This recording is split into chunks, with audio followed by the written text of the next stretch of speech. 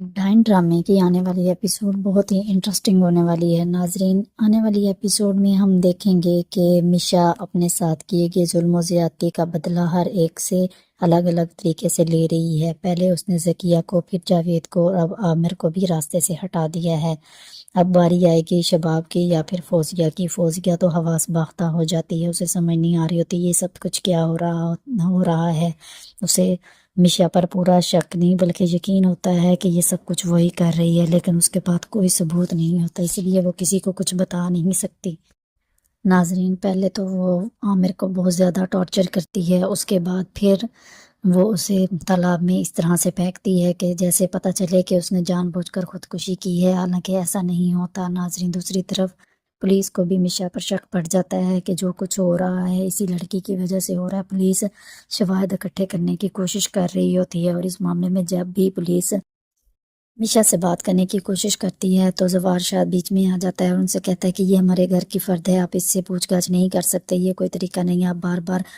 پوچھ گچھ کرنے کے لیے میرے گھر والوں کو انوالو کر رہے ہیں۔ لیکن پولیس انسپیکٹر بار بار یہی بات کرتا ہے کہ ہمیں ان سے پوچھ گچھ کرنے کے لیے انہیں شاید ہو سکتا ہے کہ تھانے لے کر جانا پڑے، لیکن آپ کو ہمارے ساتھ کوآپریٹ کرنا ہوگا۔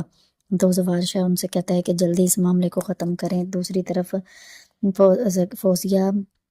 شباب سے کہتی ہے کہ تم اپنا گھر چھوڑ کر کسی قیمت پر بھی یہاں سے مت جانا، اگر تم گئی تو تم جانتی ہو زوار شاہ تمہیں طلاق دے دے گا، کیونکہ زوار شاہ تو پہلے ہی میشا سے شادی کرنے کا کہہ چکا ہے اور اسے کسی بھی وقت اس سے نکاح کر سکتا ہے، اسی لیے تم اپنی جگہ خالی مت چھوڑو، بلکہ ہمیں دونوں کو مل کر میشا کو ایکسپوز کرنا ہوگا اور اسے کی حقیقت زوار شاہ کے سامنے لے کر آنی ہوگی۔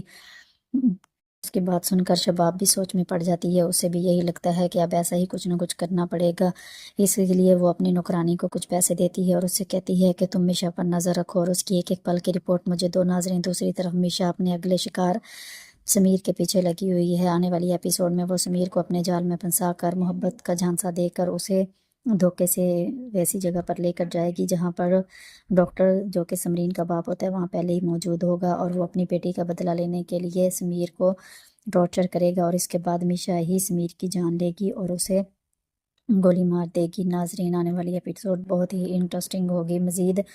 تو زوار شاہ بھی میشا کا اتنا زیادہ دیوانہ ہو چکا ہے کہ وہ شباب اور اپنی بہن کے سامنے بھی میشا سے نکاح کی بات کرنے سے گریز نہیں کرتا، اور ان سے جیسے ہی وہ زمینوں پر جانے کے لیے نکلنے لگتا ہے تو وہ اپنی بھی شباب کے سامنے ہی میشا سے کہتا ہے کہ اپنا اور حنین کا خیال رکھنا، جبکہ وہ شباب کو تو ایک آنکھ بھی دیکھنا گوارا نہیں کرتا، اور یہی بات شباب کو اندر ہی اندر کھا رہی ہوتی ہے۔